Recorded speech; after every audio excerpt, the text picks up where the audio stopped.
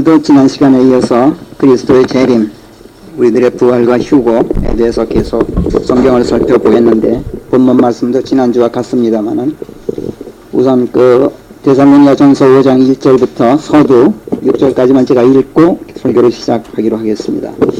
그러나 형제들아, 그 시대들과 정해진 때들에 관해서는 내가 너희에게 쓸 필요가 없느니라. 여기서 정해진 때들이라고 제가 옮겼습니다만은 성경에 보면은 때를 말할 때 time이란 말이 있어요. time. 되게 복수를 써서 times 이렇게 하죠. times. 그 다음에 season이란 말이 있어요. 이것도 복수를 써서 seasons 이렇게 보통 합니다만 성경에서 현대영어에서는 season 그러면 계절이에요. 계절. 봄, 여름, 가을, 겨울. 그걸 season이라고 그러죠. 봄, 여름, 가을, 겨울은 정해진 때예요. 고민은 영락없이 봄이 되고, 또 그 따뜻한 계절이 지나면 더운 계절, 그것이 지나면 또 서늘한 계절, 그것이 지나면 또 추운 계절, 이렇게 정해진 때예요. 하나님께서 나누신 때란 말이에요. 그래서 원래 의미는 시즌이란 말이 정해진 때들이에요. 정해진 때들. 예. 이걸 막 그냥 어떤 때는 시기라고 그러고, 어떤 때는 때들이라고 그러고, 어떤 때는 절기라고 그러고, 막 그냥 성경에서 뒤집박죽으로 쓰고 있는데, 그걸 구분하셔야 돼요. 그 다음에 타임이란 말은 때라는 말인데, 복수로 쓰면 시대란 뜻이에요. 시대.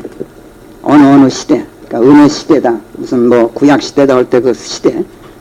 복수로 쓸 때는 그렇게 해요. 그래서 우리는 그걸 제대로 해서 그 시대들과 정해진 때들에 관해서 이렇게 이제 옮겼던 거예요. 2절. 이는 주 영원히 밤에 도둑같이 오리라는 것을 너희 자신이 완벽하게 알고 있습니다.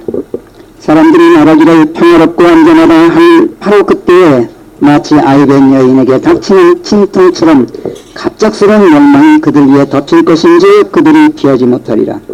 그러나 형제들아, 너희는 어디만 있지 아니한즉 그날이 너희를 도둑처럼 덮치지 못하리라. 너희는 모두 빛의 자녀들이요 낮의 자녀들이니 우리는 밤에 속하지 아니하였고 어둠에 속하지도 아니하였느니라. 그러므로 우리는 다른 자들처럼 잠자지 말고 맑은 정신으로 깨어있자. 네. 여러분들은 그리스도의 재림 하면은 제일 먼저 어디에 관심이 갑니까? 관심의 초점이 어디에 놓아집니까? 재림 하면은 거의 대부분이 그리스도의 재림 하면은 그게 언제냐? 타이밍. 거기에 관심의 초점을 놓게 돼 있어요. 재림하면 왜 때에 언젠가 그것이 언제 이루어질 것인가 이 때에 타이밍에 관심을 갖는 이유가 뭘까요? 여러분들도 아마 그럴 거예요. 그리스도의 재림하면은 그게 언제지? 이렇게 생각하시게 될 거예요. 왜 그럴까? 사람들의 마음속에 불안 심리가 잠재해 있기 때문에 그래요. 은근히 불안한 거예요. 그리스도의 재림을 생각하면. 세상 종말을 머리에 떠올리게 돼요. 그리스도의 재림하면. 그럼 세상 종말이란 세상의 관점에서 봤을 땐 파국이거든. 우리의 눈으로, 성경의 눈으로 봤을 땐 새로운 시대의 시작이지만 세상의 눈으로 봤을 때는 종말이에요. 파국이에요. 그런 파국이 언제 벌어질지 은근히 걱정되기 때문에 그때가 언제냐 하는데 자연히 관심을 갖게 되는 거예요. 사실은 이것도 얼마 전까지는 그랬지 지금은 그렇지도 않아요. 그리스도의 재림하면 그때에 대해서 관심도 아예 안 갖게 됐어요. 요즘에 이래서는 보통 사람들은 말할 것도 없죠. 그리스도인들이라고 자처하는 사람들, 종교인들, 그들도 말할 것도 없지만 우리들처럼 정말로 거듭난 순정 그리스도인들, 진짜 그리스도인들까지도 그리스도의 재림에 대해서 관심 자체를 별로 갖지 않게 됐어요. 여러분들은 얼마나 그리스도의 재림에 대해서 관심을 가지고 살고 계세요? 사실 별로 가끔 관심이 있겠죠. 가끔 생각해보고. 그렇지만 우리의 삶에 아주 큰 영향을 미칠 정도로 여러분들이 거기에 관심을 갖고 사시는 것 같지는 않아요. 왜 그렇게 되었을까? 결국은 성경이 모든 말씀의 초점이 그리스도의 재림과 세상 종말과 새 세계의 시작을 알리는 데 초점이 모아지고 있는데도 불구하고 그리스도의 재림에 대해서 관심을 갖지 않게 됐다는 건 사실 심각한 이게 병든 거예요. 심각하게. 왜 그렇게 되었는지 한번 곰곰이 생각해 보십시다. 오늘. 이건 성경을 통해서 우리 자신을 진단해보고 우리가 어떤 병에 들었는지 성찰해보는 건 대단히 중요해요. 진단보다도 중요한 게 없죠. 병들고 후회하기 전에 먼저 그거를 진단하는 것 얼마나 중요합니까? 자, 어떻게 해서 우리같이 순정 그리스도인들까지도 그리스도의 재림에 대해서 별로 관심 자체를 갖지 않게 되었을까? 아마도 그 첫째 이유는 사람들이 성경을 별로 믿지 않게 되었기 때문이 아닌가 싶어요. 일반 세상 사람들이 아무래도 그건 말할 것도 없죠. 근데 그리스도인들이라고 자청하는 사람들은 더 말할 것도 없고 우리들까지도 사실은 성경을 믿는 둥 마는 둥 하게 된 게 사실이에요. 여러분은 어떠세요? 도처에서 그리스도의 재림에 대해서 언급하는 성경 말씀들을 여러분들은 과연 믿고 계세요? 좋아요. 믿고 계신다고 합시다. 문제는 어느 정도의 확신을 가지고 믿고 계세요. 그걸. 얼마나 아주 위험한 확신으로 여러분의 삶 가운데 한두 분이 되어 있느냐고. 그 그리스도의 재림에 대한 생각이 말이죠. 그러니까 믿긴 믿어요. 믿으면서도 사실은 믿는 게 많은다고 한단 말이에요. 그게 첫째 이유일 거고, 둘째 이유는 사람들이 세상 종말 자체가 달갑지가 않아. 별로 마음에 안 들어. 그래서 그리스도의 다시 오심에 대해서 아예 관심을 갖고 싶어 하질 않아. 그래서 그렇게 된 게 아닌가 싶어요. 사람은 원래 자기 마음에 드는 것은 믿으려고 해도 마음에 들지 않는 건 믿으려고 하질 않아요. 아예 잊어버리려고 해요. 원래 그런 습성이 있어요. 그리스도인들도 마찬가지. 성경에서 좋은 것만 믿고 좋지 않은 것은 믿지 않으려고 해요. 그런 경향이 있어요. 물론 좋다 나쁘다 하는 그 판가름도 자기 자신의 기준을 가지고 판가름을 하죠. 성경의 기준으로 선악을 가리는 게 아니라 지가 생각해서 좋고 지가 생각해서 좋으면 믿고 지가 생각해서 나쁘면 안 믿는 거. 이게 사람의 속성이란 말이에요. 순전히 자기 혼자 생각으로 좋아하기도 하고 싫어하기도 한단 말이에요. 좋으면 아멘 하고 싫으면 입을 꾹 다물어 버려요. 그러고 잊어버리려고 그래요. 물론 명사기가 그리스도인이니까 말은 즉 속 키워줘서 그러죠. 말은 그렇지만 속으로는 속히 오시는 게 그렇게 달갑지가 않은 거예요. 그래서 그분의 오심에 대해서 관심은커녕 그 자체를 잊어버리려고 그래요. 여러분은 어떤지 모르겠어요. 여러분은 그리스도의 다시 오심을 간절히 기다리고 계신지도 모르겠어요. 과연 그러세요? 그럼요. 말할 것도 없죠. 저는 정말이지 기다리고 있습니다. 아주 열심히 기다리고 있습니다. 여러분의 대답이 만약 이렇다면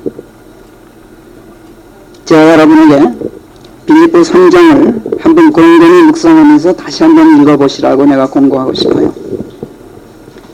우리가 다 공부했고 여러 번 인용했던 부분인지 다시 한번 제가 좀 길지만 읽어보겠어요. 빌립보서 3장 8절부터 보면은 바울의 고백이에요.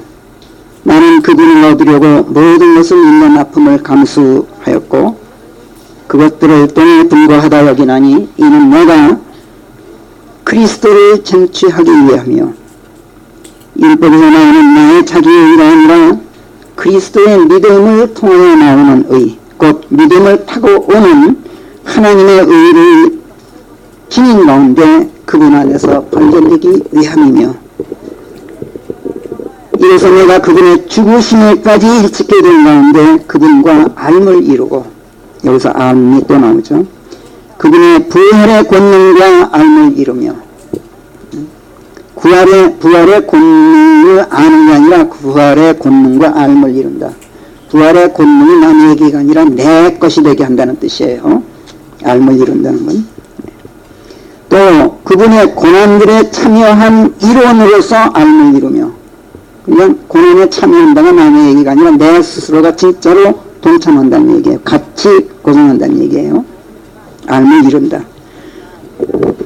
어떻게 해서라도 죽은 자들의 부활에까지 내가 도달하기 위함이니라. 내가 이미 도달했다는 것도 아니요, 완전해졌다는 것도 아니며, 다만 내가 그리스도 예수께 꼭 꽉 붙잡혀 행해가고 있는 것을 나도 어떻게든 꽉 붙잡으려고 내가 그것을 뒤쫓고 있을 따름이니라. 예수님께서 우리를 꽉 붙잡고 좀 끌고 가셔요. 끌고 가시지만 내가 붙잡으려고 하시라면 또 안 된단 말이에요. 그래서 예수님께서는 우리를 끌고 가시면서 나도 손 내밀어서 꽉 붙잡도록 지금 하고 계신단 말이에요. 형제들아, 내가 이미 붙잡았다고 생각지 않고 오직 이 한 가지만을 하고 있노니 곧 지난 일들은 다 있고 앞에 있는 것들에 도달하려고 앞으로 나가라. 하나님께서 그리스도 예수 안에서 부르시는 그 높은 곳에까지 이르러 산을 타려고 촛대를 향해 힘껏 달리고 있느니라. 그러므로 완전해지고자 하는 사람은 모두가 이같이 마음 먹자.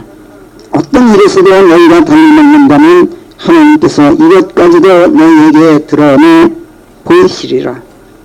사실은 이게 제일 큰 복이에요. 하나님께서 이것까지도 드러내 보여주신다는 것 자체가 복이에요. 모른 척 하시면 이거는 정말이지, 이거는 버림받은 자식이 된단 말이에요. 16절, 우리가 이미 어딘가에 도달해 있지만 그렇더라도 우리는 이것을 명심하고 이것을 규범으로 삼고 행하자. 형제들아, 다같이 나를 따르는 자들이 되어라. 그리고 너희가 우리를 본보기로 삼듯이 그같이 행하는 사람들을 눈여겨 보도록 하라. 많은 자들이 행하는데 그들이 그리스도 십자가의 원수들인즉 내가 너희에게 저들 이야기를 자주 해왔지만 이제는 울면서까지 너희에게 이야기하노라. 이렇게 바울이 이야기합니다. 성령께서 하시는 말씀이에요. 바울의 입으로. 성령께서는 지금 바울의 입으로 울면서까지 우리에게 십자가의 원수들 이야기를 들려주고 계셔요. 그러면서 그런 자들을 따르지 말고 사도 바울을 따르라고 지금 권고하고 계셔요. 사도 바울의 어떤 점을 따르라고 권고하시죠? 이미 목표에 도달했다는 것도 아니고 완전해졌다는 것도 아니고 이미 붙잡았다고 생각하는 것도 아닌 가운데 목표를 향해서 달려가고 있는, 어떻게 해서라도 죽은 자들의 부활에까지 도달해서 하나님께서 그리스도 예수 안에서 부르시는 그 높은 곳에까지 이르려고, 그래서 기필코 예배 주신 상을 타려고 힘껏 달리고 있는 바로 그 바울을 따르라고 권고하고 계신 거예요. 자, 그로부터 약 2년 후 이 바울 빌립보서가 쓰여진 기록된 바로 그 2년 뒤에, 약 2년 남짓한 뒤에서 바울은 로마 감옥에서 생을 마칩니다. 감옥 생활을 끝내고 이 참수되어서 순교하게 됩니다. 바로 그 직전에 이제 디모데후서 4장을 디모데후서를 썼어요. 근데 그 디모데후서에서 그 4장 7절 8절에서 이런 이야기를 해요. 자기 인생 역정을 되돌아보면서 바울이 수료하는 그 이야기가 뭐냐? 나는 선한 싸움을 싸워왔고, 그러니까 아까 빌립보서 3장과는 분위기가 달라요. 여기서는 나는 지금 달리는 중이다. 어딘가에 이르러 있지만 아직 완전해진 건 아니다. 이미 붙잡은 것도 아니고 이미 도달한 것도 아니다. 이렇게 말했었는데, 자, 이제 데살로니가 후서에 와서, 디모데후서에 와서는 나는 선한 싸움을 싸워왔고 내 갈 길을 내가 다 마쳤다, 이렇게 얘기를 해요. 이젠 완전히 달렸다. 믿음을 나는 지켰느니라.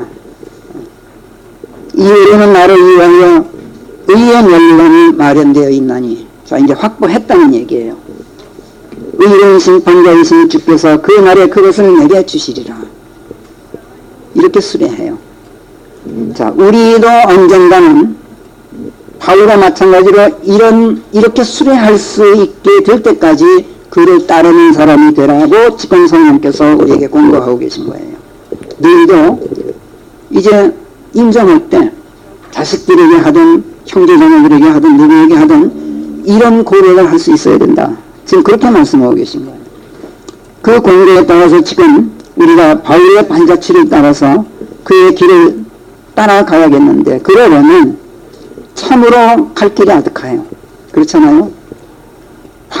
바울 같은 그런 성도를 내가 따라가자니 정말 아득해요, 지금.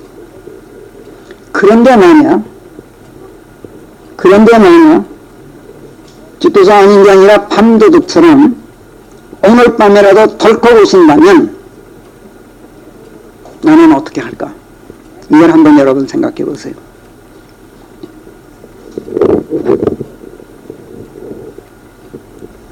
어딘가에 이르러 있어요, 사실. 그렇지만 그러나 목표에 도달하려면 아직도 까마득하고 완전해지려면 지금 할 일이 산더미 같아. 그런데 지금 주께서 덜컥 오시면 나는 망해요, 지금. 이런 판국에 아멘 주여 속히 오소서 하고 우리가 말할 수 있겠어요? 여러분은 어떤지 모르지만 저는 아직 주를 맞을 준비가 덜 됐어요. 그래서 그리스도의 재림이 솔직히 겁나요. 여러분 나보다 훨씬 더 준비가 잘 되었기 때문에 오늘 밤에라도 주께서 오셔도 겁나지 않고 오히려 오셨으면 하고 바라고 있는지 모르겠어요. 과연 그렇다면 한 가지 궁금한 게 있어요, 제가. 여러분은 준비가 되었다고 칩시다. 지금까지 선한 싸움을 싸워왔고 갈 길을 다 마쳤고 믿음을 지켰기에 이후로는 여러분을 위해서 이제 의의 멸망이 준비되어 있고 틀림없이 그거를 내가 움켜쥘 수 있다 하는 확신이 있다고 합시다.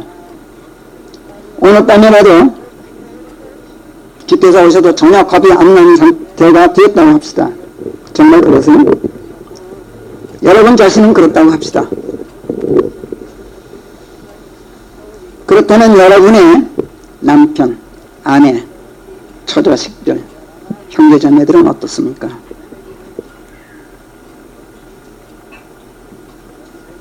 그들도 여러분과 마찬가지로 충분히 준비되어 있어요. 오늘 밤에라도 호령과 함께 천사들의 음성과 함께 하나님의 나팔소리와 함께 오셔서 주께서 오셔서 안개야 이리 올라오너라 하고 부르실 때 여러분의 남편, 여러분의 아내, 여러분의 자식들, 형제자매들 함께 들려 올라갈 준비가 다 되어 있어요? 그렇다고 확신하세요? 여러분은 그런지 모르겠어요. 근데 저는 어림도 없어요. 남편, 저자식, 형제자매들 그 사람들이야 어찌되건 무슨 상관이야. 나는 들려 올라오면 되었지. 이렇게 말할 수는 없잖아요. 이렇게 말한다면 우리처럼 이렇게 이기적일 수가 없겠죠. 또는 내 자식들이나 내 아내나 내 형제자매들 살아생전에 내가 할 만큼 했습니다. 복음도 전할 만큼 전했고 충분히 그것도 양잡기도까지도 했고 교회도 함께 다녔고 또 내가 부모로서 또는 자식으로서 형제자매로서 필요한 거 전부 도와줬고 경제적인 책임도 내가 져줬고 가족과의 인간관계도 어느 누구나 부족함 없이 다 해줬습니다. 그러니 재림 때의 문제 그건 그들이 알아서 할 문제지 제가 어떻게 하겠습니까? 이렇게 여러분들이 만약 말한다면 정말 여러분들이 저는 부러워요. 저는 그렇게도 못했거든요. 솔직히 그래요. 얼마나 남지 않은 여생 앞으로라도 잘 해야 될 텐데 어떻게 해야 될지 솔직히 아득하기만 해요. 자신이 없어요. 내가 살아생전에 설사 식구들에게 할 만큼 했더라도 내 새끼들 중 누구 하나라도 만약에 라고 한다면 나는 하늘에 올라가서도 슬픔을 지울 수가 없을 것 같아요. 그래서 저는 속히 오시는 주를 아직은 솔직히 반길 수가 없어요. 반길 수 없는 정도가 아니라 두려워요. 겁이 나요. 가능하시면 오시는 것을 최대한 좀 늦춰주셔서 다만 얼마라도 저한테 시간을 좀 주셨으면 좋겠어요. 물론 두렵고 떨린다고 해서 오시는 것 자체를 잊어버리고 싶지는 않아요. 그걸 망각하고 싶지는 않아요. 오신다고 하셨는데 어떻게 그것을 잊어버릴 수 있겠어요? 하나님께서 말씀하셨는데 어떻게 그것에 무관심할 수 있겠어요? 문제는 시간이에요. 그리고 남은 시간을 어떻게 할 것인가 하는 거예요. 그렇잖아요? 그렇기 때문에 여러분이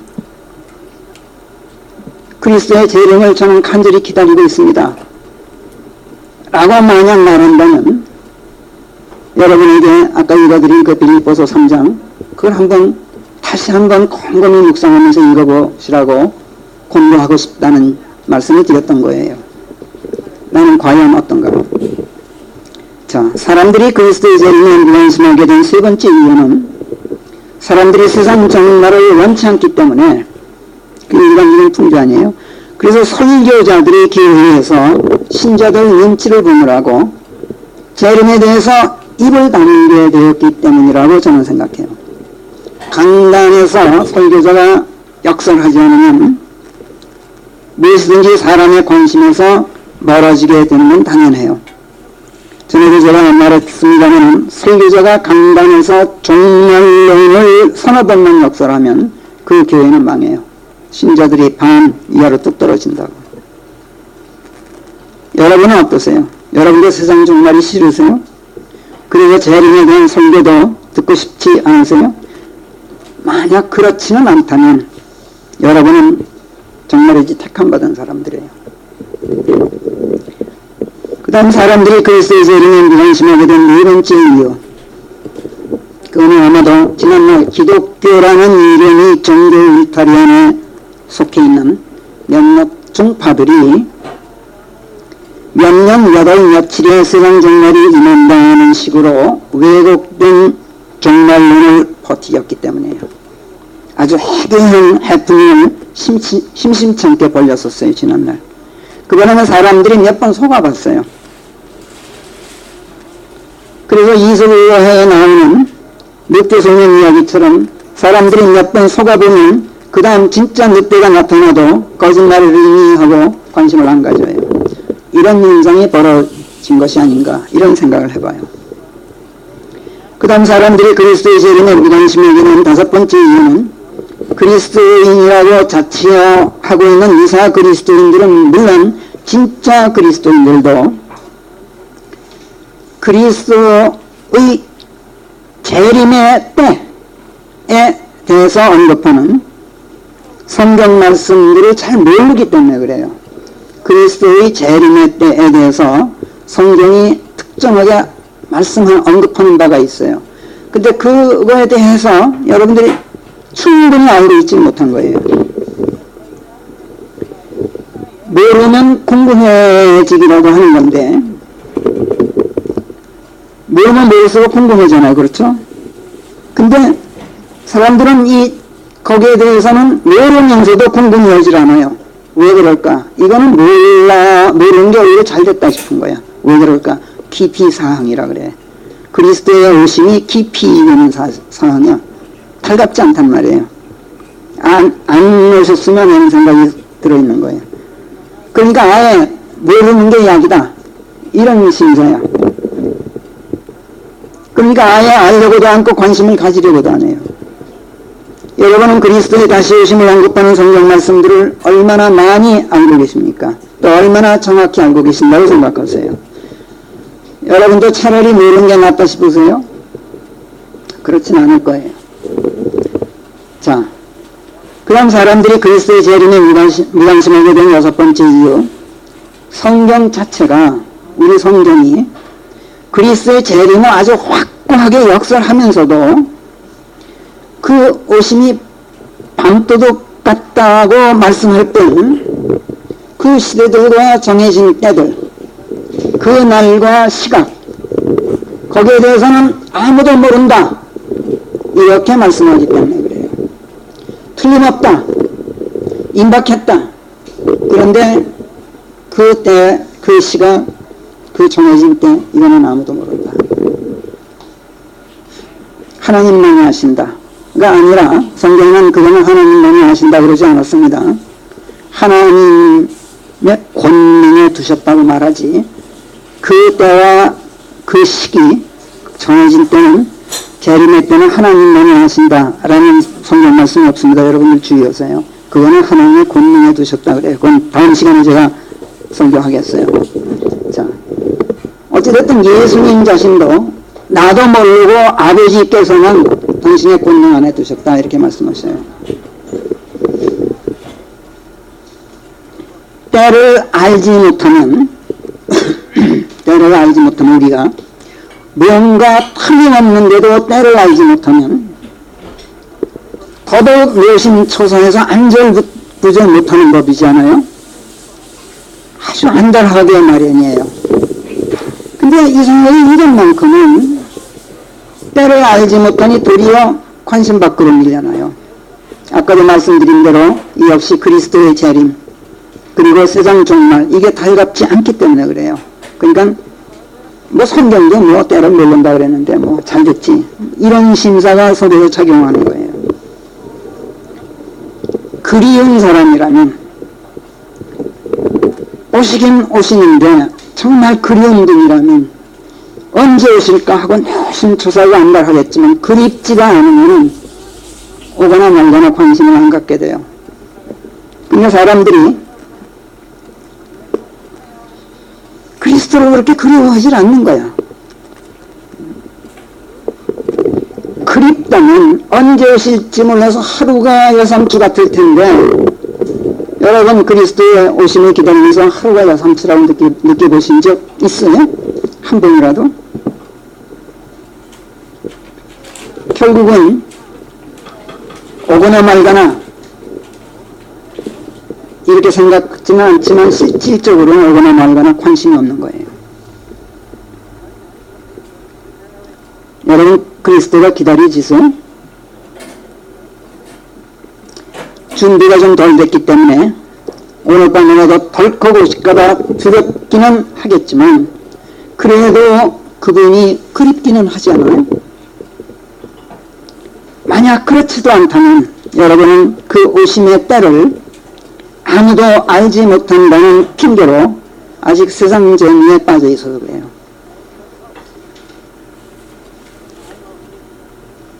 사람들이 그리스도의 재림에 무관심을 잃게 된 7번째 이유, 이거는 성경 자체가 또 문제가 있어요. 성경 자체가 그리스도의 다시 오심의 그 시대들과 정해진 때들, 그 날과 그 시각에 대해서는 아무도 모른다, 이렇게 말씀하면서도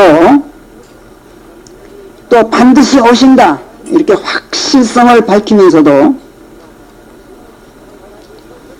어디서나 그리스도의 재림 이야기가 나오면은 당장 오실 것처럼 그 임박성을 아주 강렬하게 말씀해요. 그리스도의 재림 이야기가 나올 때는 항상 숨가빠요. 성경이 금방 오실 것 같이 말씀해요. 속히 오신다. 너희가 생각하듯이 그렇게 더디 오시는 게 절대로 아니다. 밤이 이미 많이 지났다. 이제 낮이 이제 가까웠다. 어디서나 이런 식이야. 어디서나 성경은 이런 식으로 그 임박성을 강조해요.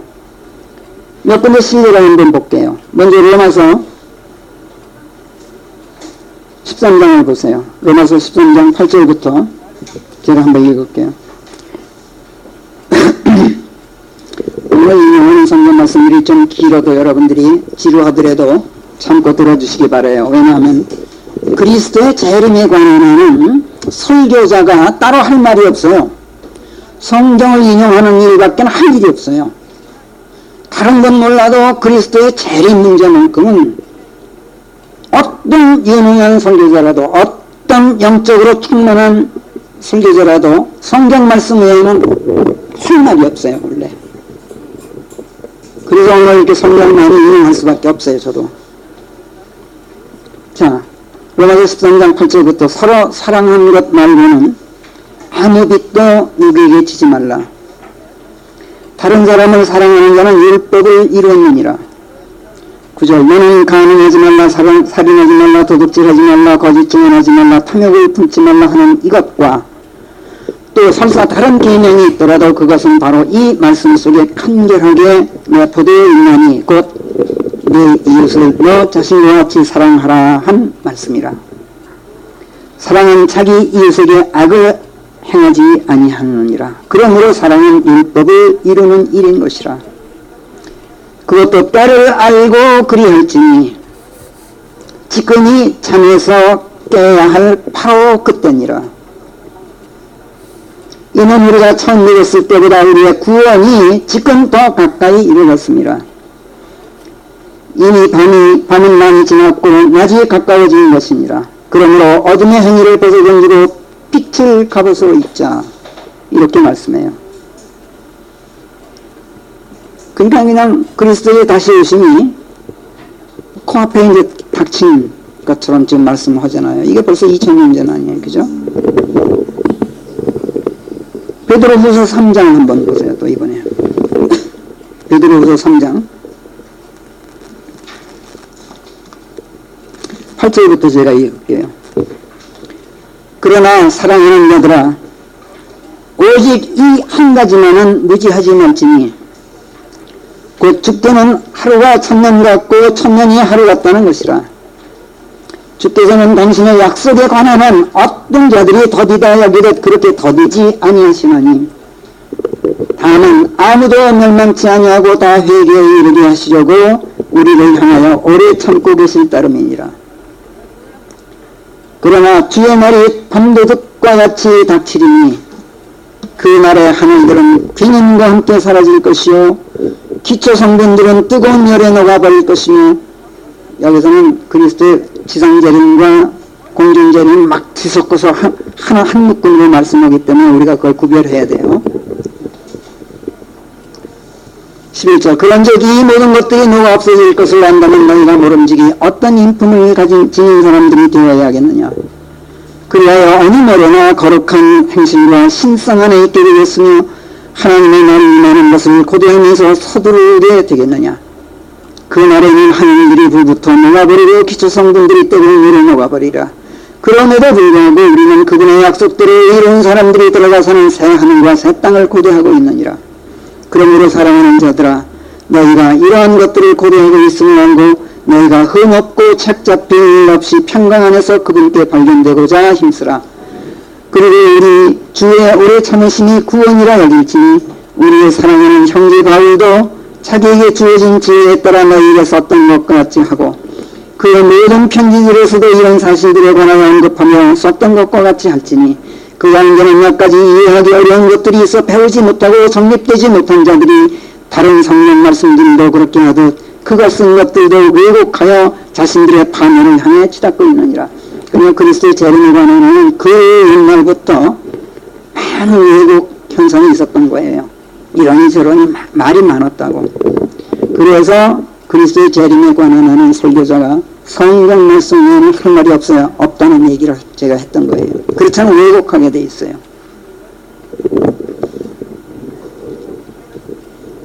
그러므로 사랑하는 자들아 너희는 이러한 것들을 미리 내다보고 사악한 자들의 오도에 이끌려 너희 자신이 견고하면서 탈선하지 않도록 또한 조심하라. 오직 은혜 안에서 그리고 구주이신 우리 주 예수 그리스도와의 암에서 자라라. 지금과 또 영원토록 영광이 그분에게 돌려지기를 비노라. 아멘. 네. 베드로후서. 이것도 베드로가 이제 죽음을 며칠 앞두고 쓴 글이에요. 여기서도 그리스도의 오심은 아주 굉장히 임박한 걸로 지금 강조하고 있잖아요. 베드로전서 4장 7절도 그래요. 단연코 만물의 종말이 임박하였나니 그러므로 정신 차리고 깨어서 기도에 이르러 있으라. 이렇게 말씀해요. 얼마나 절박합니까?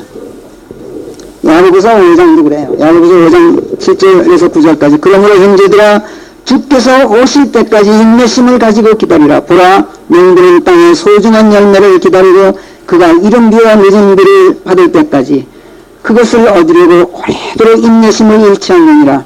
너희 또한 인내심을 갖고 너희 마음을 굳건히 하라. 이는 주의 오심이 가까웠습니다. 다 됐다는 거예요. 지금 형제들아, 너희가 정죄되지 않도록 서로 인색하지 말라. 보라, 그 심판자께서 문 앞에 서 계신다 그래. 지금 문 앞에 와 계십니다. 마지막 때에 대한 그 유명한 요한일서 2장 18절 한 번 더 읽을게요. 요한일서 2장 18절. 어린 자녀들아, 지금은 마지막 때니라. 그리하여 적그리스도가 오리라고 너희가 들어왔던 바대로 지금 많은 적그리스도들이 있나니 이것으로 우리가 지금 마지막 때인 것을 아느니라. 이렇게 말해요. 이게 다 됐다는 거예요. 고린도전서 7장에서는 그리스도의 재림의 임박성이 얼마나 다급했던지 심지어는 결혼 문제까지도 제거하라고 권고해요. 바울이. 꼭 장가가야 되는 거 아니야 지금 때가. 이미 장가간 사람들은 그럼 어떡합니까? 아내 없는 걸로 알아. 그렇게 살아. 이렇게 얘기할 정도예요. 그렇잖아요?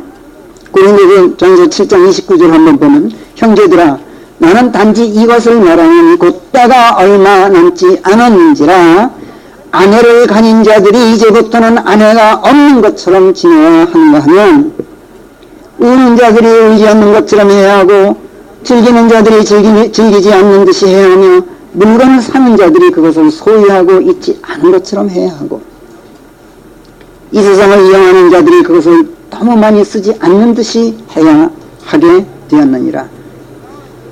이는 이 세상 여건이 사라지고 있습니다. 나는 다만 너희에게 마음 쓸 일이 없게 하고 싶을 따름이니라. 그냥 너희들 다른데 이제 마음 쓸 여유가 없어. 이미 그날이 이제 바로 코앞에 와 있어. 지금 이렇게 말해요. 이런 그 절박한 말씀들, 그리스도 재림의 임박성에 대해서 이렇게 숨가쁘게 이런 언급을 하는 이런 말씀들에 비하면은 무슨 빌립보서 4장 4절 5절에서 주 안에서 기뻐하라. 내가 다시 말하니 기뻐하라. 너희와 온전함이 모든 사람들에게 알려지게 하라. 주께서 가까이 와 계시느니라. 이런 말씀들은 그냥 밀밀히 털려드릴 정도야.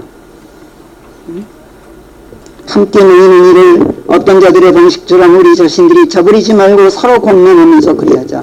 함께 모이자. 왜? 그날이 다가오고 있음을 너희가 보고 있기 때문에. 이런 말씀은 그냥 평범하고 밋밋해. 맛이 없어. 너무나 다른 말씀들이 강렬하기 때문에. 성경은 요한계시록으로 66권을 끝내요. 근데 그 요한계시록이 시작할 때 재림의 임박성을 강조하고 끝나면서 재림의 임박성으로 끝나요. 마지막 책도.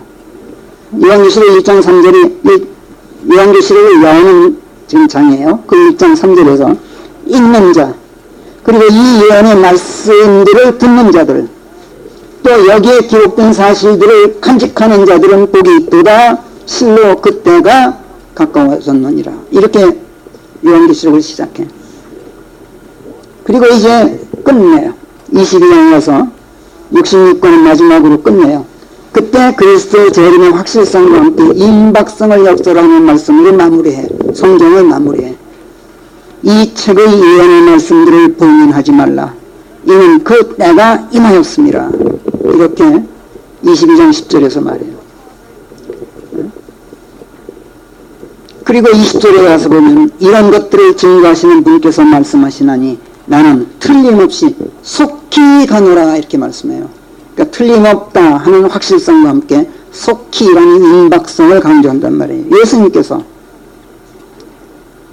그 다음에 아멘 주시어 그같이 오시옵소서. 네 주님 어서 오십시오 라는 말씀으로 성경이 끝나. 성경의 기록 연대가 약 AD 90년 중반대예요. 93년, 94, 95년 이대로 보는데 자 1세기 말이에요. 그러니까 그렇게 보더라도 지금으로부터 1900여 년 전이에요. 그때 이미 재림이 임박했다. 가까이 이르렀다. 내가 속히 간다. 이렇게 예고된 재림이에요. 그런데 1900년이 흘렀는데도 아직까지도 그리스도의 재림은 이루어지질 않았어. 그렇잖아요. 재림의 임박성을 신약에서만 강조하는 이유는 그것도 아니에요. 그보다 훨씬 전, 그러니까 이 신약이 쓰여지기 한 700여 년 전, 720여 년 전부터 그리스도의 재림을 이야기할 때는 확실성과 함께 반드시 임박성이 강조됐어요. 예를 하나 드려드릴게요. 이사야서 13장을 한번 가보세요. 되게 그리스도의 재림 이야기를 할 때는 구약들을 인용을 안 하는데 저는 구약에서도 그리스도의 재림을 언급하는 말씀들을 여러 군데 찾아냈어요. 이사야서 13장 5절부터 보겠어요.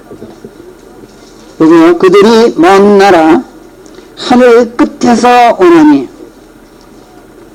곧 온 땅을 멸하실 주시오 그분의 분노에 찬 무기들이로다. 그러니까 주와 함께 오는 성도들을 주의 무기들이라고 표현하고 있어요. 이사야서 13장 5절에서. 그래서 그들이에요. 주님과 함께 오는 성도들이기 때문에 복수로 그들이에요. 그래서 그들이 먼 나라 하늘 끝에서 오나니, 셋째 하늘에서 온단 말이에요. 곧 온 땅을 멸하실 주시오 그분의 분노에 찬 무기들이로다. 이렇게 말씀해요. 근데 이건 물론 지상재림을 이야기하는 거예요. 6절 너희들아 울부짖으라 주의 날이 임박하였나니 이렇게 말씀하죠. 그 날이 전민자로부터 멸망으로 오리라. 7절 그리하여 모든 성들이 기력을 이룰 것이요 모든 사람 하나하나 그 마음이 노관으로 기운을 이루리라. 그들이 겁에 질리려니 격통과 비탄이 그들을 사로잡아 산통을 겪는 양처럼 아프리라. 그들이 깜짝 놀라 서로 쳐다보되 그들의 얼굴은 벌겋게 달아올라 불꽃 같으리라. 9절 보라 주의 날이 임하니 무자비한 그날이 진노와 격렬한 분노로 땅을 폐허화 시켜버릴 것이요 거기 있는 주인들을 그분께서 끌어내 멸하시리라. 예. 그냥 그 확실성과 함께 임박성을 항상 강조해요. 이게 그러니까 초림하시기 전 약 710년 전, 그러니까 BC 716년경에 쓰여진 예언서예요. 지금 에스겔서는 또 어때요? 에스겔서 12장 한번 가보세요. 에스겔서 12장에 가보면 22절부터 제가 한번 읽을게요. 에스겔서 12장 22절 인자야 세월은 자꾸 흐르는데 미래상은 하나도 이루어지지 않는다 하는 속담이 이스라엘의 너희에게 있다니 어찌 된 것이냐. 야 내가 듣자니 너희한테 뭐 속담이 하나 있다 그러대. 근데 그 속담이 뭐야. 세월은 흘러도 미래상은 이루어지는 게 없다 하나도. 이런 말이 내 귀에 들어왔는데 이거 도대체 어찌 된 거냐. 지금 하나님께서 이렇게 꾸짖는 장면이에요. 그러므로 그들에게 고하라. 주 하나님께서 이같이 말씀하시나니 내가 이 속담을 그치게 하겠나니 이스라엘에서 이 속담을 더는 그들이 사용하지 못하게 되리라 하신다 하라. 야 그 속담 내가 폐해버릴 거야. 다시는 내가 그런 얘기 못할 거야. 그 다음에 뭐라 그래. 미래상 하나하나가 다 사실화되는 그날이 단연코 임박하였음을 그들에게 말하라. 이렇게 이스라엘 선지자에게 하나님께서 명령하셔요. 미래상 하나하나가 다 사실화되는 그날이 단연코 임박하였다는 것을 네 백성에게 고하라.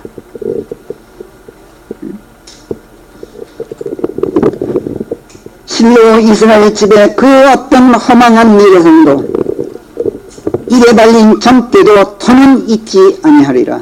그냥 그리스도의 재림을 놓고 이러쿵 저러쿵 무슨 전쟁이 무슨 정쾌 같은 소리 이런 거 일체 없게 하겠다 내가. 내가 밝힌 미래상은 절대로 허망하지가 않다. 왜? 25절 이는 내가 주이며 내가 말한 것인즉 내가 발설하는 말씀이 실현되어 더 이상 오래 끌지 아니할 것입니다. 그럼 BC 이게 주께서 오시기 전 720년 전에 다시 오심, 초림이 아니에요. 다시 오심의 임박성을 지금 강조하고 있어요. 지금. 오 반역적인 집아 내가 그 말씀을 말하겠고 그것을 수행하리라. 주 하나님이 말하노라. 이렇게 예고하셔요. 그럼 재림의 임박성을 초림의 임박성보다 훨씬 더 강하게 말씀했어요. 예고했어요. 참 놀라워요. 이게 그리스도의 재림이 이렇게 예언된 지가 벌써 2700년이 흘렀단 말이에요. 지금. 그런데 언제나 그 예언이 숨가쁜 어조로 말씀이 됐어요. 그 임박성 때문에. 그렇지만 2700년이 흐르는 동안에 그리스도의 재림은 그 숨가쁜 임박성에도 불구하고 이루어지질 않았어요. 재림.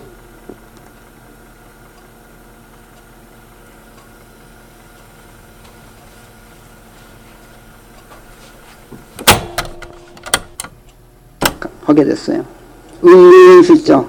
야, 그건 뭐 그렇게 내가 눈앞에 이르렀다 이렇게 말하는데 그게 헛소리지. 이런 생각을 자꾸 하게 됐단 말이에요. 어떤 점에서는 성경의 책임이 있어요. 사람들이 하여금 그 예언의 신뢰성을 의심하게 하는 요소들이 있단 말이에요. 은연중에 그런 요소를 작용해 왔어요. 그 바람에 사람들은 그 확실성 자체까지도 의심하게 됐고, 의심하다 보니 무관심의 골은 훨씬 더 깊어져. 그리고 점점 망각의 골짜기에 드리워지는 그림자가 훨씬 더 짙어지게 됐어요. 그냥 점점 잊어버리게 됐단 말이에요. 그리고 이런 무관심과 망각, 여기에다가 그렇지 않아도 달갑지 않은 그 깊이성이 같이 어우러져서 더더욱 사람들이 무관심하게 되는 것을 부채질하게 됐어요. 그리고 결국은 이 문제를 현대인들이 이제 덮어두게 된 거예요. 사실 그리스도의 재림은 거의 덮어졌어요. 사람들이 생각을 안 해요.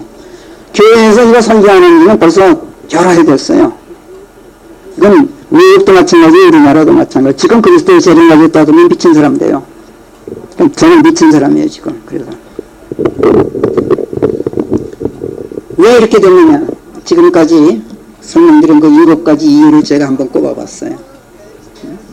근데 그 중에서도 가장 중요한 이유는 성경에 대한 무지 때문에 그래요, 사실은. 그리스도의 재림을 예고하는 성경 말씀들은 너무 무지해. 여러분은 어떠세요? 여러분은 그리스도의 재림을 예고하는 성경 말씀들을 다른 사람보다는 참 많이 알고 있는 것으로 제가 알고 있어요. 그런데 여러분, 알고 있다고 생각할 때 주의하세요. 지난주에도 제가 말씀드렸는데요. 알맹이 없는 껍데기 지식은 알고 있는 게 아니에요. 말씀과 한 몸이 되어서 그 말씀이 내 한 부분이 되어 있고 그리스도와 알을 이룬 가운데 성령을 통한 영적 체험, 말씀을 체험해요. 내가 머리로 알고 있는 게 아니라 영적 체험을 해요. 내가 그걸 거쳐서 어떤 사실을 아주 영적으로, 말씀들을 영적으로 통찰하고, 그래서 아는 바가 터득된 지식이 아니면 그건 결코 알고 있는 게 아니에요. 알고 있는 게 아니라 얻어들은 게 돼요. 얻어들은 지식. 성령의 조명과 안내를 받으면서 성령과 함께 말씀들의 그 협곡을 함께 탐험해보지 않으면 여러분 스스로가 성령님의 이끌려서 그 깊고 깊은 산속을 탐험하듯이, 정글을 탐험하듯이, 예수님께서 그랬잖아요. 성경을 서치해라. 정찰해라, 정탐해라, 탐색하라. 이렇게 탐험해 보지 않고 남이 하는 말을 듣고 이렇다 저렇다 말하는 지식은 건 앵무새예요. 지난주에 제가 말씀드렸죠. 또 알더라도 깨닫고 터득한 지식이 아니라 벼락치기 시험 공부하는 학생처럼 달달 외운 지식은 진정으로 아는 게 아니라 그랬죠. 제가 한 예를 들어보겠어요.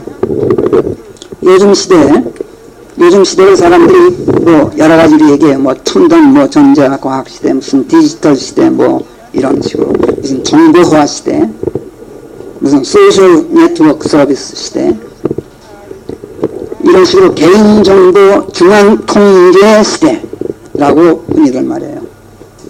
모든 것이 기호화되고 숫자화돼. 그리고 그것이 바코드로 집약이 돼. 그래서 무슨 패스워드, 무슨 소셜 아이덴티티 넘버, 그러니까 주민등록번호, 이런 걸 통해서 특정 개인의 모든 신상 자료들이 온라인화됐어. 그냥 키보드 하나만 누르면은 모든 개인의 신상 정보들이 한 화면에 탁 뜬단 말이에요, 지금. 그렇죠? 우리나라만 해도 은행이건 통신사건 인터넷 서비스 기관이든 어떤 기관이 얼마나 많은 주민등록번호를 확보하고 있느냐가 그 사회를 지배하는 기관으로 등록을 해요. 그러니까 얼마나 많은 싸움으로 해요. 하나라도 그걸 확보하려고. 그걸 팔고 사고 하잖아요, 그 정보를. 사실 이런 디지털화 또는 온라인화 현상은 사회생활을 얼마나 편리하게 하는지 몰라요. 정말 효율적이고 편리해요. 우리가 그 혜택을 전부 누리고 있어요, 지금. 여기에 맞들린 인류사회는 결국 모든 개인에게 바코드 같은 특정 고유 기호를 부여하고 그 고유 기호를 전자칩화해서 그것을 무슨 손목이나 인화에 삽입하는 시대가 곧 도래할 것이다 하는 말들을 많이 해요. 상당히 개연성이 있어요. 그럴 가능성이 높아요. 왜? 너무나 편하고 좋거든, 그게. 자, 이렇게 되면 물건을 살 때 돈을 내거나 신용카드를 낼 필요도 없어. 응? 기차 타고 비행기 탄다고 무슨 표를 따로 끊고 이런 짓 할 필요도 없어. 외국 나갈 때 무슨 여권을 내느니 비자를 내느니 이런 귀찮은 짓 할 필요도 없어요.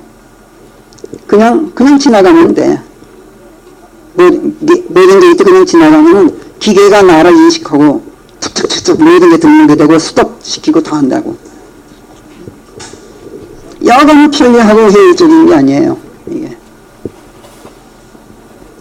그래서 성경을 좀 안다는 사람들, 여러분 같은 사람들, 이런 그리스도인들은 요한계시록 13장, 14장, 15장, 16장, 그리고 19장에서 예고되고 있는 이른바 짐승의 증표, The Mark of Beast라는 거, 짐승의 증표를 떠올려요. 이런 이야기를 들을 때마다. 그리고 그 증표를 전자칩화한 것을 무슨 손이나 이마에 받아야 살 수 있는 시대가 될 것을 내다보고 있어요, 지금. 이런 얘기 여러분들 한두 번 들은 게 아니죠. 그리고 걱정들을 해요. 오래전부터 이런 얘기 들어왔을 거예요. 그리고 사실 우려하는 사람들 중에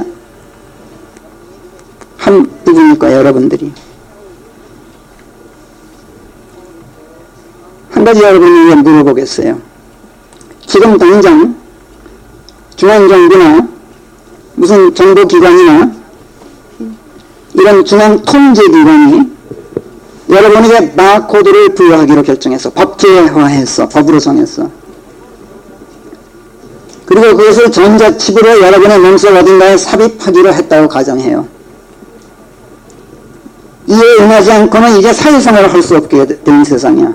물건을 사고 파는 건 고소하고 지하철도 탈 수가 없어. 그게 없으면. 버스도 탈 수도 없고 은행에도 돈 찾을 수도 없고 취직도 안 돼. 이런 상황이 됐다고 가정해봐요. 여러분은 어떻게 하시겠어요? 짐승의 증표를 받지 않고는 도저히 살 수가 없으니까 그것을 받긴 받아야겠는데 그러자니 성경이 뭐라 그래요? 만약 어떤 사람이라도 그 짐승과 그 상에 경배하고 또 자기 이마나 자기 손에 그 증표를 받으면 그는 하나님의 진노의 포도주를 마셔야 하리니. 요한계시록 14장 9절 10절에서 이렇게 경고해요. 성경이 이 경고를 받아들여서 전자칩을 그럼 받지 않자니 살아갈 방도가 없어. 그래도 버티고 끝까지 버티고 받지 않을 것인가, 아니면 할 수 없이 굴복할 것인가, 이 문제를 놓고 고민하는 그리스도인들이 적지가 않아. 여러분도 그러세요? 거짓 문제는? 우리가 휴고된 수행을 한대. 그래, 바로 답이 이거예요. 우리는 고민할 필요도 없고 걱정할 필요도 없고 전혀 우리와는 상관없는 얘기거든 지금. 그런 걸 걱정들어 하고 있어 사람들이. 얼마나 웃기는 얘기인지 몰라요. 응?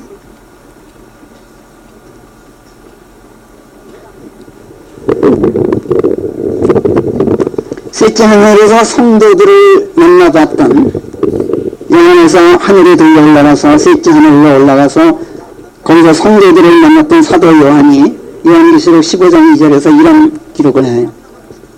내가 또 불과 뒤섞여 있는 마치 유리바다 같은 것을 보았고, 그 짐승과 그의 상과 그의 증표와 그의 이름의 숫자를 극복하고 승리를 거둔 이들이 하나님의 수금을 들고 유리바다 위에 서 있는 것을 보았다. 그 성도들이 하늘에 올라가 있는 걸 보았다는 얘기예요. 그런가 하면 또 16장 1절 2절에서 이렇게 쓰고 있어요. 내가 또 그 성전 밖으로 들려오는 큰 음성을 들었나니 그 일곱 천사들에게 말씀하시기를, 너희 갈 길을 가서 하나님의 진노의 호리병들을 땅 위에 쏟아부으라 하셨느니라. 그러자 첫 번째가 나와서 그의 호리병을 땅 위에 쏟아부으니 짐승의 증표를 가진 자들과 그의 형상에 경배하였던 자들 위에 악취가 나고 수식이 아픈 전기가 쏟아지는 것이더라. 그냥 호리병에서 전기를 쏟아부어요. 근데 누구에게? 제1차가 제일 먼저 쏟아부어지는 그 재앙이 뭐예요? 누구에게예요? 짐승의 증표를 받은 자들. 이걸 생각하면 무슨 일이 있어도 짐승의 증표를 받지 않으려는 마음을 굳게 먹을 수밖에 없는데, 그렇지만 현실로 부닥치면 나같이 쉬운 일이 아닌 게 분명하죠. 그래서 걱정들을 해요. 근데 문제는 그리스도인들이 그런단 말이야. 그러면서 무슨 정보 처리 기술의 큰 발전과 함께 지금 화두가 되고 있는 그 사회 통합 문제, 사회 통합 시스템을 구축하는 그런 움직임에 대해서 아주 민감하게 지금 주시하고 있어 사람들이. 기독교계 사람들이 그러고 있어요.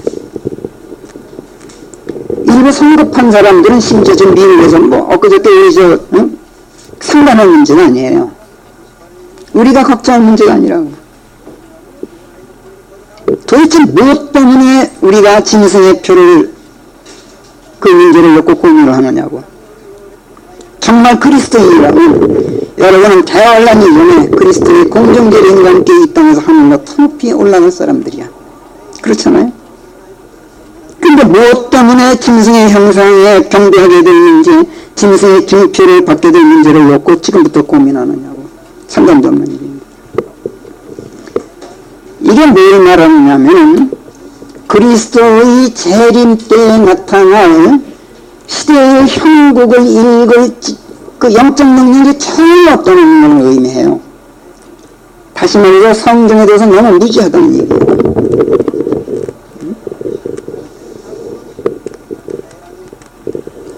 우리는 정말 우리가 그리스도인들이라면 대화하는 문제는 사실은 우리가 걱정할 문제가 아니라 그리스도의 공정제를 때 이 땅에 남게 될 사람들이 걱정할 문제예요.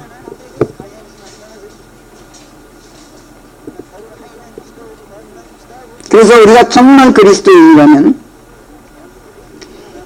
이 세상에서 무슨 일이 벌어지더라도 초연해야 돼요. 초연.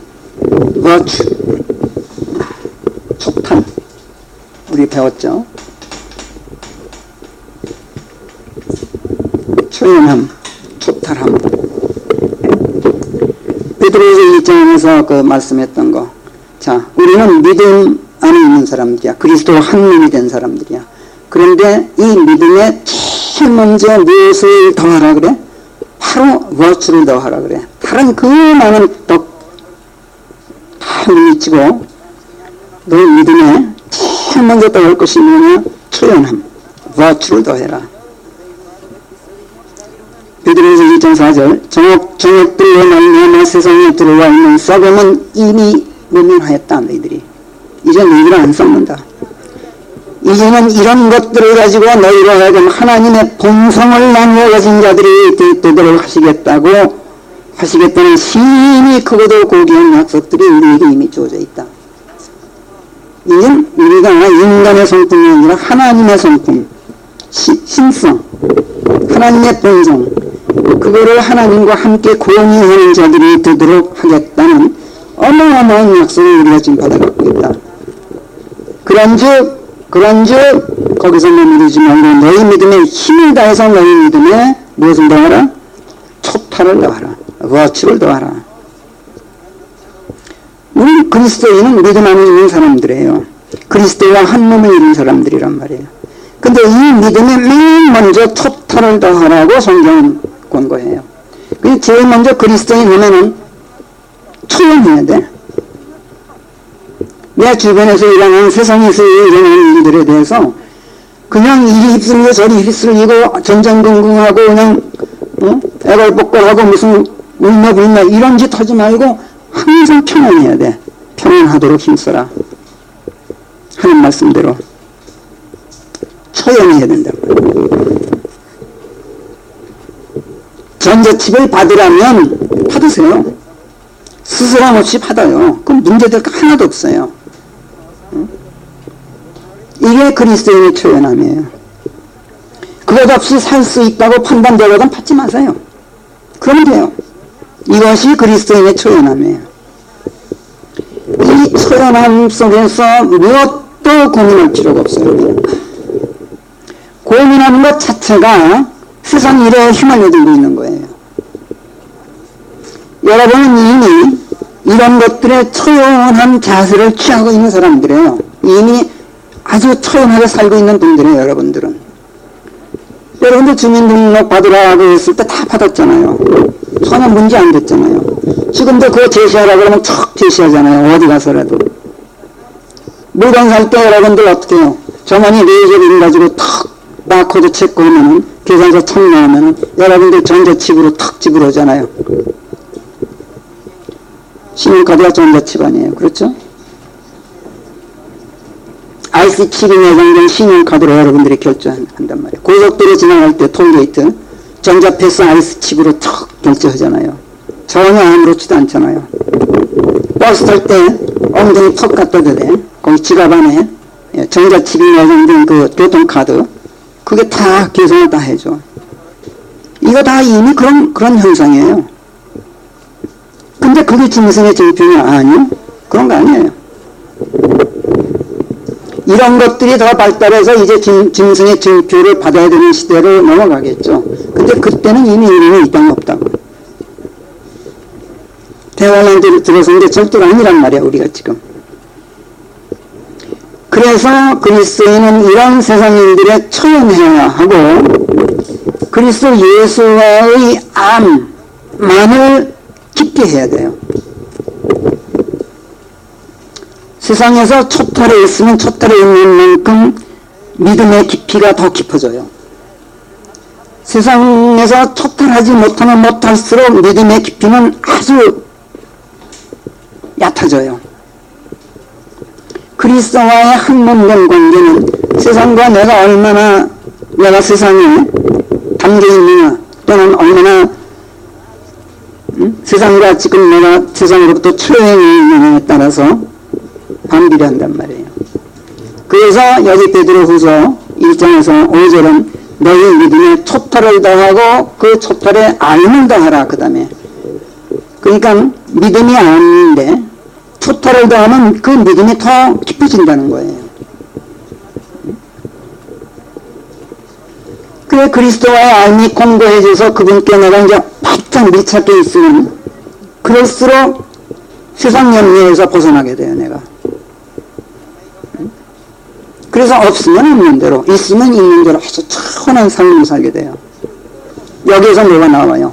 절제와 인내가 나와요. 없어도 전혀 문제가 안 돼.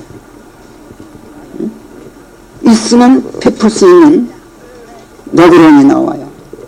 그래서 6절은 그 알미에 절제를 더하고 절제에 인내를 더하며 인내에 신성을 더하고 이렇게 말씀해요. 하나님의 품성의 베품은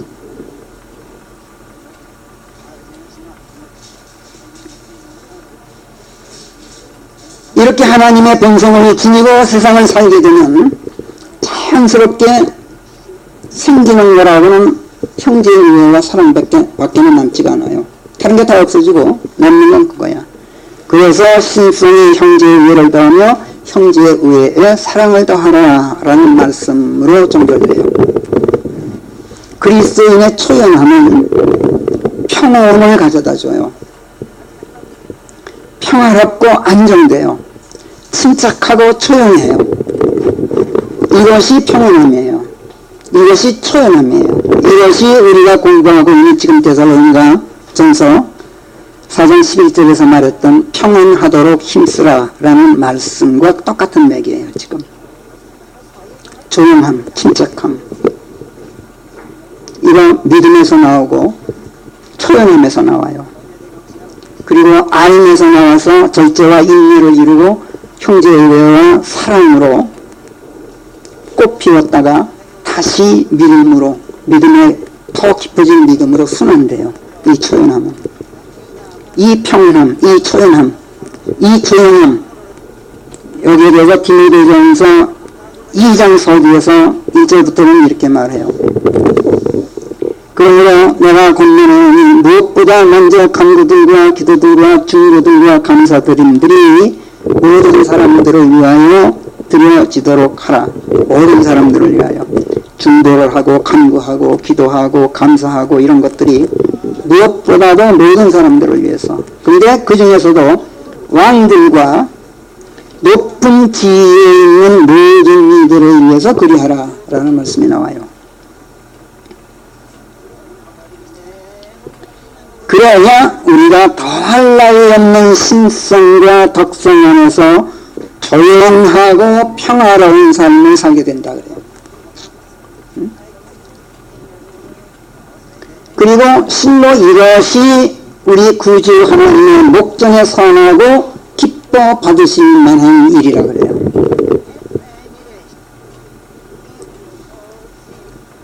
그리스도인들은 조용하고 평화로운 삶을 영위하기 위해서 왕들과 높은 지위에 있는 고관들을 위해서도 하나님께 중보하고 간구하고 기도하고 또 감사를 드리는 사람들이야.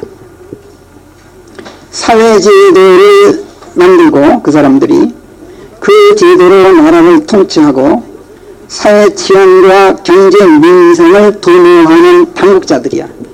그들을 위해서 우리가 기도하고 중보하고 감사한단 말이에요. 권력이 악해서 그런 게 아니에요. 권력이 무서워서 그런 것도 아니에요. 다만 신성과 덕성을 지키면서 초연한 가운데 조용하고 평화로운 삶을 영위하기 위해서 그러라는 거예요. 하나님께서 원하시는 건 단 한 가지예요. 그래야 그리스도와의 알미 깊어지기 때문에, 그만큼 믿음이 두터워지기 때문에. 그러면 믿음이 두터워지면 어떻게 돼요? 하나님의 뜻을 그만큼 더 깊이 알게 돼요. 더 많이 알게 되고. 믿음이 두터워지면 두터워질수록 하나님의 뜻이 내 뜻이 되고 말아. 그러니까 하나님의 계획을 깊이 헤아리게 돼. 그러니까 주께서 오실 때 나는 완전한 존재가 되어서 완벽한 구원을 이루게 돼요. 그리스도인의 초연함은 무관심이나 무지가 아니에요. 초연하다 그래서 무관심이라는 얘기가 아니에요. 세상 일에 초연해라, 세상에서 초탈해라, 세상 일은 모른 척해라. 그 고백을 몰라도 된다. 이런 얘기 절대로 아닙니다. 그 반대예요. 알기 때문에 초연한 거예요. 읽고 있기 때문에 초연하단 말이에요. 다른 사람들은 보따리 싸고 야단나도 나는 알고 있기 때문에 보따리를 안 싸. 초연할 수가 있어요. 평온해요. 왜? 민감하게 파악하고 있는 거야. 흐름을, 세상의 흐름을. 이게 그리스도인의 지혜예요.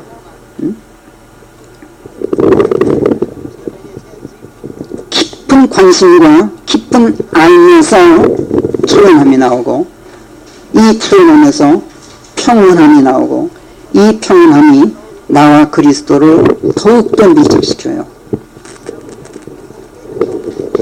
그리스도의 다시 오심의 확실성을 내가 알고 알 뿐만 아니라 또 믿고 또 간절히 기다리고, 성경이 그 임박성을 역설하는 이유가 무엇인지, 그럼에도 불구하고 아직 실현되지 않았던 이유는 또 무엇인지, 이거를 이해하는 그리스도인은, 즉 성경을 아는 그리스도인은 세상 돌아가는 형편을 민감하게 살펴요. 그리고 그 흐름을 정확하게 읽어요. 그리고 그것들이 의미하는 바를 항상 성경으로 비춰볼 수 있는 능력이 생겨요. 그리고 와글와글 떠드는 법이 없어요. 항상 침착하고 조용하고 초연하고 평온을 잃지 않아요. 이런 가운데 이지로, 명철로, 지혜로 다시 오실 그리스도를 맞이할 준비는 착착 해나가요. 그리스도의 재림을 알리는 성경 말씀들을 꽤 많이 알고 있다는 그리스도인들이 세상에서 일어나는 이런 일 저런 일 보고 지금이 말세다, 이미 대환란에 접어들었다 하고 떠드는 것만큼 성경에 대한 무지를 드러내는 게 없어요. 무식해서 그래요. 말씀에. 이런 사람들이 갖고 있는 지식이 바로 알맹이 없는 껍데기 지식이라는 거예요. 성령의 조명을 받으면서 이루어진 영적 통찰을 전혀 거치지 않은, 성령과 함께 진리 탐색을 전혀 해보지 않은, 영적 체험을 전혀 해보지 않은, 전혀 깨닫고 터득한 바 없는 껍데기 지식, 주어들은 부스러기 지식, 뜻도 모르고 짓거리는 앵무새 지식, 이란 말이에요. 우리는 이래서는 안 돼요. 그렇잖아요? 우리는 세상 돌아가는 형편을 민감하게 살피고 그 흐름을 정확하게 읽고 그것들이 의미하는 바를 항상 성경에 비춰볼 수 있는 사람들이어야 돼요. 그리고 와글와글 떠들지 않고 침착하고 조용하고 초연하고 평온을 잃지 않으면서 항상 하나님의 지혜로 다시 오실 그리스도를 맞이할 준비만 해야 돼요. 마태복음 16장에서 예수님의 아들이신 예수, 하나님의 아들이신 예수 그리스도의 정체성을 의심하는 경제인들이, 바리새인들과 사두리인들이 예수님께 와서 질문을 했어요. 당신이 하나님의 아들이라는 표적을 한번 보여봐라. 그 입증할 만한 표적이 뭐냐. 이때 예수님께서 인도하신 말씀이 이랬어요. 마태복음 16장 서두인데, 저녁이 되면 너희가 말하기를 하늘이 붉으니 날씨가 좋겠구나 하느니라. 그리고 아침이면 하늘이 붉고 찌푸렸으니 오늘은 날씨가 굳겠구나 하나니, 오 너희의 위선자들아, 너희가 하늘의 형색은 분별할 줄 알면서 시대들의 표적들은 너희가 분별할 수 없다냐 라고 말씀해요. 시대의 표적을 너희가 알아야 될 거 아니냐.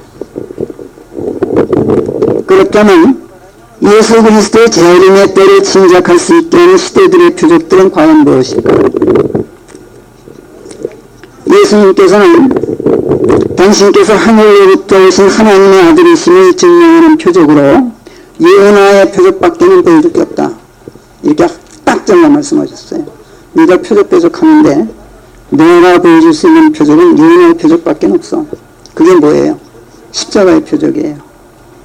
죽으셨다가 정산지 3일 만에 죽은 자들 가운데서 부활하시는 것, 이미 2000년 전에 이루어졌어요. 요나가 고래 뱃속에 들어가 있었던 것이 그 표적 아니에요. 그죠? 이것밖에는 내가 너희들한테 보여줄 표적이 없다. 그러면서 뭐라고 하시냐면 음란하고 사악한 세대가 표적을 구한다 그러셨어요. 그러니까 그리스도인들은 표적을 구하지 않아요. 그러니까 음란하고 사악한 세대가 표적을 구한단 말이에요.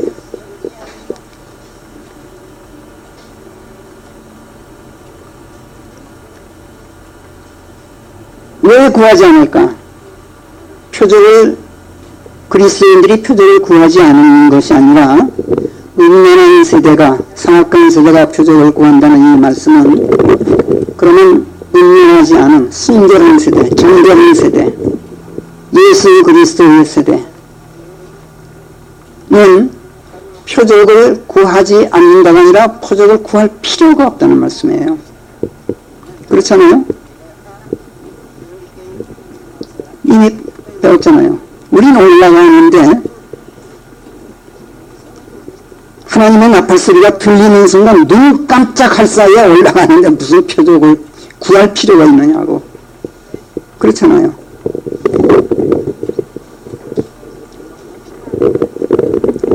우리는 다시 오시는 재림하시는 예수 그리스도가 정말 그리스도이신가를 증명할 수 있는 표적이 필요가 없어요. 왜? 그런 증명이 없어도 그냥 끌려 올라가. 순식간에. 근데 왜 그게 필요해? 그렇잖아요?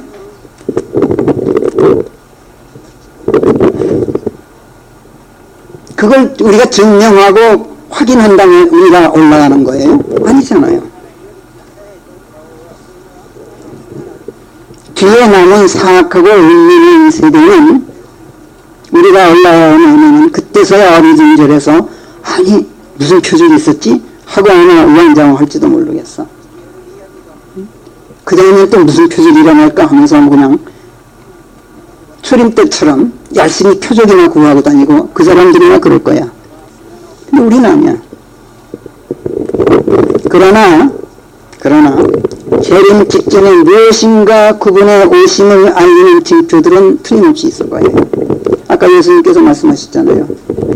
마태복음 16장에서 하늘이 붉으면 날씨가 좋겠구나.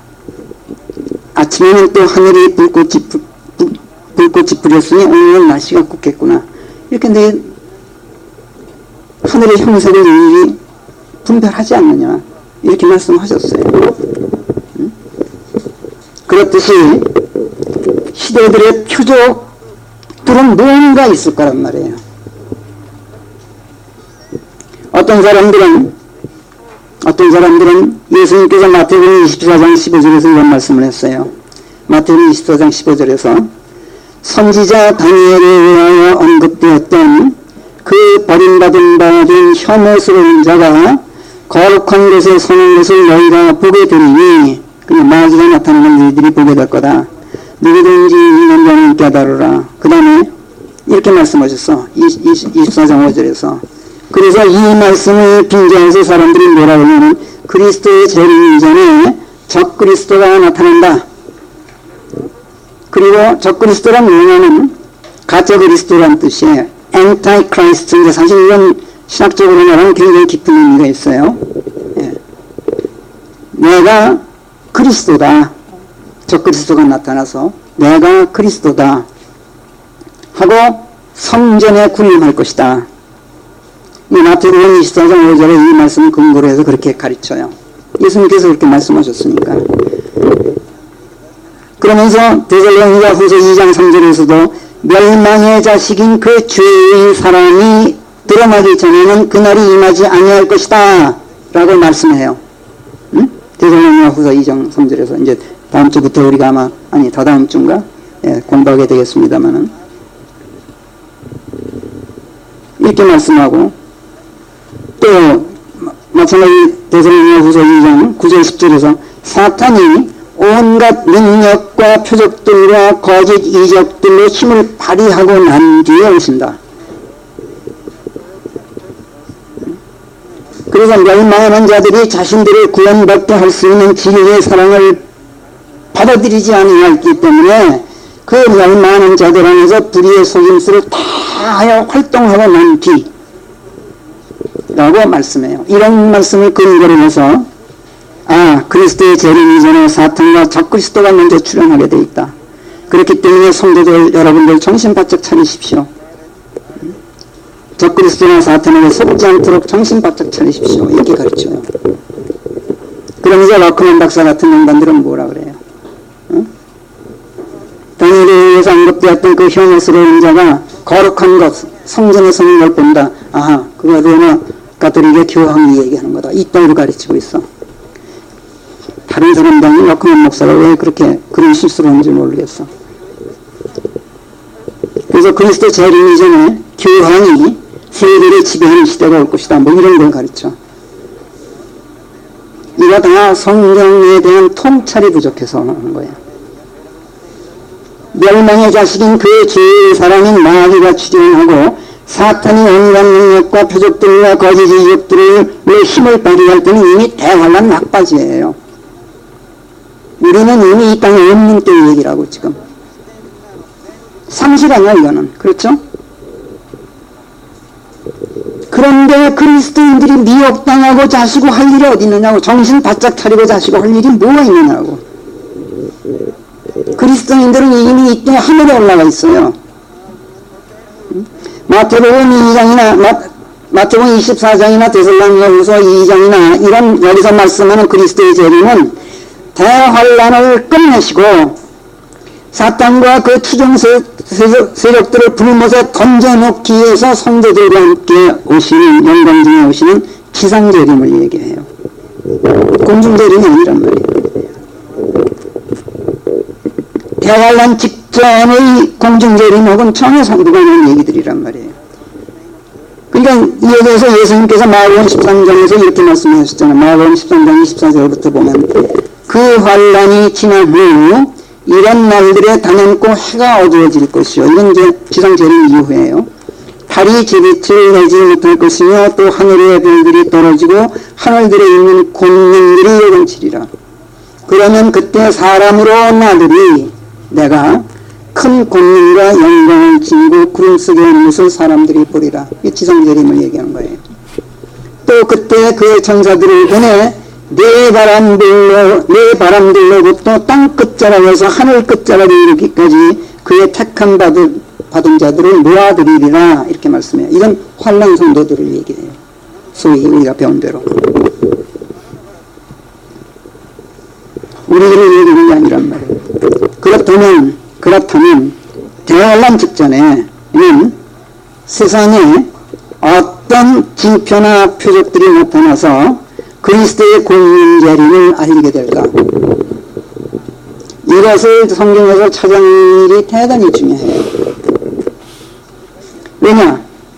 왜냐하면 지금 지상에서의 우리의 삶이, 그리스도인으로서의 우리의 삶이 갖는 의미, 그리고 그 가치, 우리가 살고 있는 이 삶의 가치, 이게 전부 그리스도의 다시 오심과 직결되어 있기 때문에 그래요. 우리의 부활과 휴거에 초점이 집중되어 있어요. 그러니까 이걸 아는 건 대단히 중요해요. 그래야 그분을 맞이할 준비를 갖추는 일이 항상 긴박하게 긴장을 늦추지 않고 진행될 수가 있어요. 이게 시급해요. 그렇다면 지금 우리가 읽어야 할 시대의 형색, 예수님의 말씀대로 그건 과연 무엇일까? 다음 주에 계속하겠어요. 기도하겠습니다. 저희를 부르시고 택하시고 구원하시고 아버지의 자녀들로 친자 입양시켜 주신 하나님 아버지, 저희를 아버지께로 데려가시려고 저희가 완전해질 때까지 기다리고 계신 아버지의 기쁘신 뜻 안에 담겨있는 사랑 그리고 자비를 감사합니다. 반드시 오실 것을 저희로 확신케 하시고 속히 오실 것을 의심치 않게 하시는 가운데 예배해 두신 상을 탈 수 있도록 준비시켜 주시고 저희 자신뿐만 아니라 사랑하는 가족들과 친지들과 이웃들까지도 주께서 오실 때 함께 들려갈 수 있도록 시간을 주시고 기다려주시는 아버지 하나님의 그 오래 참으심을 저희가 또한 감사합니다. 아버지 하나님, 저희가 비록 주께서 오시기 전에 죽는다 하더라도 내가 선한 싸움을 싸워왔고 내 갈 길을 내가 다 마쳤으며 믿음을 가졌노라 하고 믿음을 지켰노라 하고 뒤에 남은 자들에게 고백할 수 있게 되기를 저희가 간절히 원합니다. 저희가 어딘가에 도달해 있는 것이 사실이지만 이미 도달한 것이 아닌즉 아직 완전해진 것이 아니기에 아버지께서 그리스도 예수 안에서 부르시는 그 높은 곳에까지 이르러 의의 면류관을 받을 수 있을 때까지 표대를 향해 힘껏 달려가기를 저희가 원합니다. 저희를 힘차게 이끌어 주시고 저희 자신들뿐만 아니라 저희 남편, 처자식, 형제들까지도 이 경주에 다 같이 동참할 수 있도록 은혜 내려 주시옵소서. 하나님 아버지, 오늘도 저희들의 예배를 복되고 거룩하게 인도하시는 가운데 귀한 말씀들을 먹여주신 것을 감사합니다. 이제 마치고 돌아가오니 자녀들의 기각길 안전하게 지켜주시고 또 한 주간의 삶이 사랑하는 것 말고는 삐지지 않는 하루하루가 되도록 인도해 주시옵소서. 감사하고 우리 주 예수 그리스도의 이름으로 기도합나이다. 아멘.